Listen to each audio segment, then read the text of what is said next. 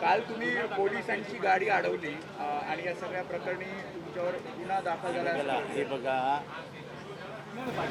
माझ्या आणि जयंत पाटलांच्या मनामध्ये आम्हाला फसवलं गेलं अशी भावना आहे. जरा अशी भावना आहे.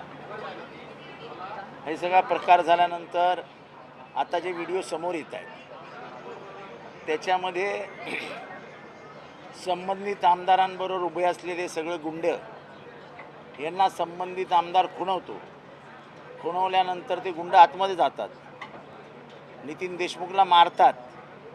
कसं मारलं ते आपण बघितलं, मारणारे किती होते ते पण आपण बघितलं.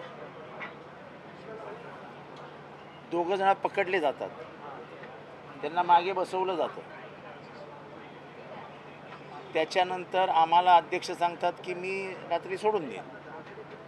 सचिव मला बोलून सांगतात रात्री तुम्ही जा, आपण हे सगळ्यांना सोडून देऊ. आम्ही आग्रह धरत नाही. समोर पकडले गेले किती आहेत, काय झालं, काय नाही. अचानक मला फोन येतो की त्याला अरेस्ट केलं. म्हणून मी इथे आलो. पोलिसांना विचारलं काय अरेस्ट केलं. पोलीस म्हणाला आम्हाला फक्त आदेश देण्यात आले की त्याला घेऊन पोलीस स्टेशनला जा. मला तुमच्याकडे काय कागद, काय कशासाठी अरेस्ट केला, काय म्हणाले काय अजून आम्हाला माहीत नाही, पण आम्ही अरेस्ट केलं.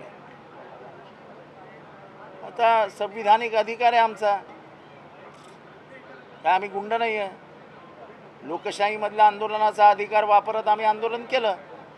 त्यांना गुन्हा दाखल करायचा असेल तर they are free to do it, त्यांना मोकळी करावं. पण हा जो प्रकार आहे की आमदार खुणवतो, नंतर मारामारी होते, 5 जण जाऊन मारतात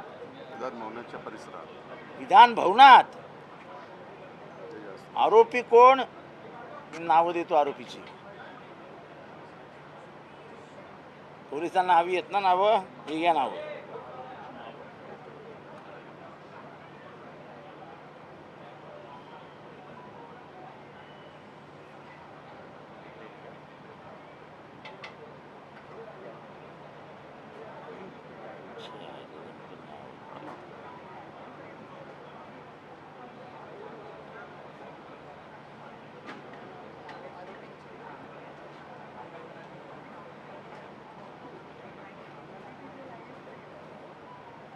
गणेश विठ्ठल भूते हा नोन क्रिमिनल आहे.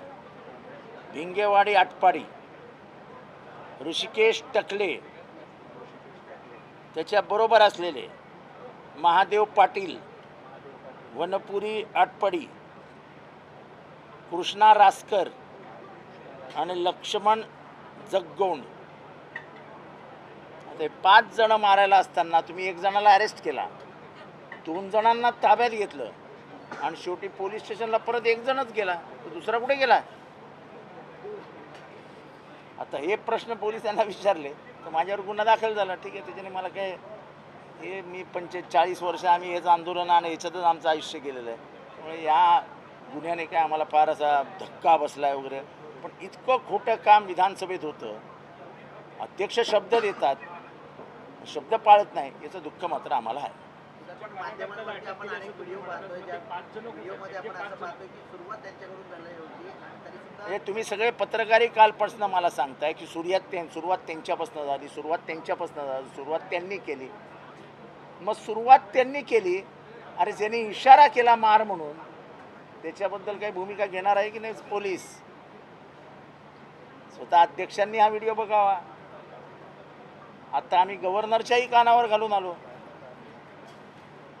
आम्हाला वाईट या गोष्टीचं आहे की नशिबाने मी त्या परिसरातच नाही आहे, नाही तर 100% यांनी बिल माझ्यावर फाडलं असतं. 100% बिल माझ्यावर फाडलं असतं त्यांनी. मी त्या परिसरातच कुठे दिसत नाही आहे, कारण का मी बाहेर निघून गेलेलो. आणि ज्या पद्धतीने उभे आहेत ते बघितल्यानंतर हे असे एक इथे एक तिथे उभा नाही आहे. बरोबर 5 जण एकत्र उभे आहेत आणि मारायला जाताना बरोबर 5 जण एकत्र जाऊन मारतात.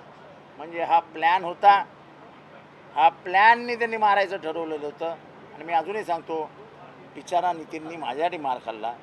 त्यांना मारायला ते मला आले होते, पण मी त्यांच्या हातातच गवसलो नाही, बाहेर निघून गेलो. आणि जे काही या लोकशाही मंदिरात झालं त्याचा प्रचंड खंत माझ्या मनात आहे. त्यांनी तुमच्या पडळकर वडिलांना काल तिथेच उभे होते आणि त्यांनी हे मान्य देखील केलं. पडळकरांना जेव्हा मी प्रश्न विचारला की तुम्ही तुमच्या कार्यकर्त्यांना का थांबवलं नाही, तुम्ही थांबवलं असं त्याच्या त्यांनी काही उत्तर दिलं नाही, ते सरळ निघून गेले. अरे ते या व्हिडिओमध्ये सगळं दिसतंच ना. तुमचे मी आभार मानतो की तुम्ही व्हिडिओच्या माध्यमातून सत्य सामोरे आणलंय. आणि काही पत्रकार ओपनली बोलत आहेत की त्यांनी सुरुवात केली, त्यांनी सुरुवात केली. अजून काय सर तुम्ही आता म्हणालात की तुमचा कार्यकर्ता त्याला अटक करण्याचं तुम्हाला फोन आला, म्हणजे 5 जण जे आता कुठे आहेत त्याबरोबर कोणाची पाठराखण होते असं वाटतं? 5 जणांचं काय बोलायलाच तयार नाही आहेत ना. पोलीस बोलायला तर मी आता नावं घेतली आहेत. त्या 5 जण जे मारत होते ते व्हिडिओमध्ये दिसत आहेत. दोघांना ठेवलं होतं ना तिथं तिथे दोघांना नेऊन ठेवलं होते. ते दोघातला एक सोडला आणि एकालाच घेऊन गेले. म्हणजे काय तुमचा एक घेतलाय तर यांचा एक घेतला. ते 5 जण मारत होते ना. सर आपली मुलगी अशी आवाज केली आहे की जशी प्रजा जशी धुंड तिने देखील केली आहे, तिला गोवलं जातंय का? तुम्ही पत्रकारांनी सगळं डिटेलमध्ये वाचा. तिच्यावर घाणेरड्या पद्धतीने माझ्या पोरीवरती अतिशय घाणेरड्या पद्धतीने ट्विट केलं गेलं आहे. तिच्या नवऱ्याबद्दल ट्विट केलं गेलं आहे. तिचा आंतरधर्मीय विवाह आहे. तिचा नवरा हा ख्रिश्चन धर्मीय आहे. त्या तिच्या लग्नाबाबत तिच्या नवऱ्याबाबत ट्विट केलं आहे. आता पोरींना म्हणजे माझ्या लेकीला जर टार्गेट करणार असतील, मला काय त्याच्याने फरक पडत नाही. माझी लेक कशी आहे, तिचं लग्न कसं आहे, तिचा नवरा कसा आहे मला माहिती आहे. हे काय काय प्रकार आहे. सुप्रिया ताईच्या पण नवऱ्याबद्दल बोलायचं, तिच्या सासूबद्दल बोलायचं. बोलणारा कोण? हाच आमदार. शरद पवार साहेबांबद्दल बोलणार कोण? बोलणार हाच आमदार. म्हणजे याला सगळं माफ आहे का? यांनी कोणाच्याही चारित्र्यावर बोलावं, यांनी कोणावरही बोलावं, याला सगळं माफ आहे. या सगळ्या घडल्या प्रकारामुळे विधान भवनाच्या सुरक्षा व्यवस्थेवरती प्रश्न उपस्थित झाले. आज केवळ आमदारांना आतमध्ये सोडलं बघा, हे आम्ही पहिल्यापासून सांगतोय, फक्त आमदारांना सोडा. येताना दिसतंय तुम्हाला कोण कसे येत आहेत, किती माणसं घेऊन येत आहेत. बरं झालं ना ते आले, पिक्चरमध्ये आलं ना कोण आले, कोणाबरोबर आले आणि कोणी मारलं. Chronology of the event speaks. आणि म्हणून मी मगाशी सांगितलं की इथनं एक आला असता, इथनं एक आला असता, इथनं एक आला असता आणि मारामारी झाली असती गोष्ट वेगळी आहे. 5 जण एकत्र उभे आहेत. संबंधित आमदार आहेत तिथे उभा आहे आणि तो खुणवतो आणि नंतर ते 5 जण मारतात. हे खूप बोलकं आहे. हे ठरवून झालेलं आहे. आणि जर असं होणार असेल की तुम्ही खुनाचा आरोपी, मकोकाचा आरोपी 5-5 जण एकत्र गँगअप करून उभे राहणार असाल आणि त्याच्यानंतर मारहाण करणार असाल तर आम्ही सुद्धा सुरक्षित नाही. काल विधानसभेत सर यांच्यावरती हल्ला झाला हा दुर्दैवी आहे, हे सगळं खरं आहे. पण नितीन देशमुख यांच्या स्वतःच्या चारित्र्यावर आणि त्यांच्या कार्यशैलीवरही प्रश्नचिन्ह उपस्थित केलं जात आहे पोलिसांकडूनही आणि सत्ताधाऱ्यांकडूनही. असं आहे की आता चारित्र्यावर करा, त्यांच्या विरोधातही खूप गुन्हे आहेत. असं आहे. त्याचा काल काही दोष होता का? मी तुम्हाला प्रश्न विचारतो, त्याचा काल काही दोष होता का? त्यांनी शिवी दिल्याचं सांगितलं जातं. कधी दिली? दाखवा मला. पुराव्यानिशी पुरावा असेल तर सांगा, मी माफी मागायला तयार आहे. त्यांनी शिवी दिली का? मार खाल्ल्यानंतर जो एक मानसिक धक्का बसतो, जो एक कॉम्प्लेक्स येतो, त्या कॉम्प्लेक्स नंतर माणसाची प्रतिक्रिया ही त्याच्या वेदनेची प्रतिक्रिया असते.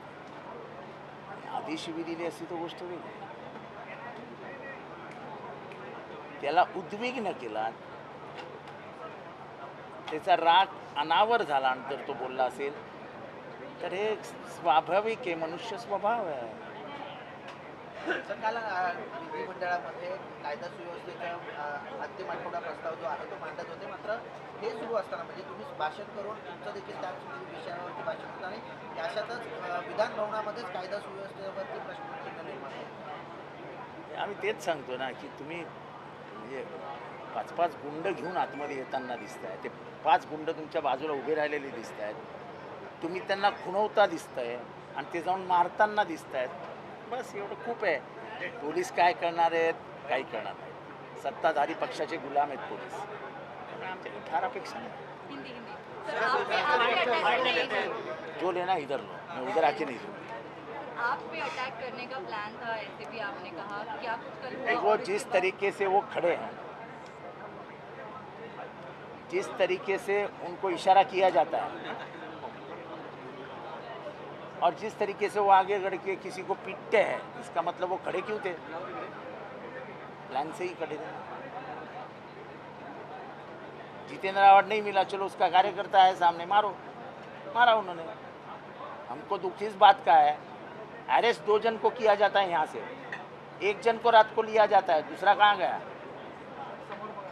अगर विधान भवन के हमले में भी आप राजनीति करते हो, बहुत शर्मनाक बात है. आपके ऊपर भी केस रजिस्टर किया गया है, कैसे देखते वो ठीक है, आंदोलन का केस होते रहता है. मैं कार्यकर्ता हूँ, पॉलिटिकल कार्यकर्ता हूँ, ये उन केस से मुझे कोई ना रोना और भी लोग इसमें शामिल हैं, उनको भी अरेस्ट करना चाहिए. कुछ करेगी नहीं ये सरकार. ये सरकार ही इसको प्रोत्साहन दे रही है. So you met the governor. You just met the governor. विधान कशापासून राजकारणात आहात? हे वरिष्ठ नेत्यांना टोमणेबाजी, दुसऱ्या पक्षातल्या लोकांना टोचून बोलणं, काहीतरी आक्षेपार्ह वक्तव्य करणं, याची जी सुरुवात झाली, या सुरुवातीच्या बद्दल आणि हे जे वातावरण चिघळत चाललंय, या सगळ्याला ही टोमणेबाजी वगैरे जबाबदार नाही असं तुम्हाला वाटतं? तो आंदोलन करणं हा विरोधी पक्षाचा अधिकार आहे. तुम्ही बघत नाही का पायऱ्यांवरती आणि तोंडावरती बोलतात ना. म्हणून काय चड्डी बनियन गँग बोललो म्हणून ते चड्डी बनियन ज्यांचा फोटो लावला होता त्यांनी बाहेर येऊन मारामारी केला का?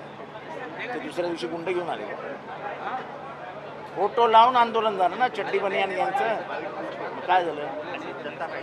इसकी शुरुआत कहाँ से हुई? आपने कल बोला कि उन्होंने पहले आपको अर्बन नक्सल बोला, फिर आपने जवाब दिया. शुरुआत कहाँ से हुई? मैंने बोला ना, मैंने बोला आपको कि मैं विधान भवन में आ रहा था, वो गेट पे था मैं, तो उन्होंने एक टिप्पणी की धर्म के बारे में, खास करके मुसलमानों के बारे में, मेरे संदर्भ से.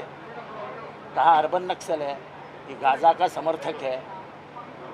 ठीक है, उन्होंने बोलने के बाद मैं यहाँ पे आया, इसको इधर गेट से लेके इधर तक आया और इधर आके मैं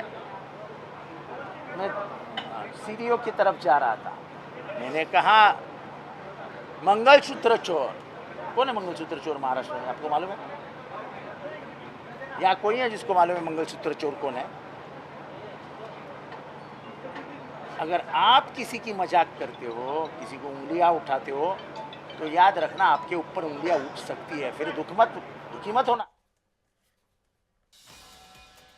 तर सरकारचंच गुंड या सगळ्या प्रवृत्तीला प्रोत्साहन देत आहेत.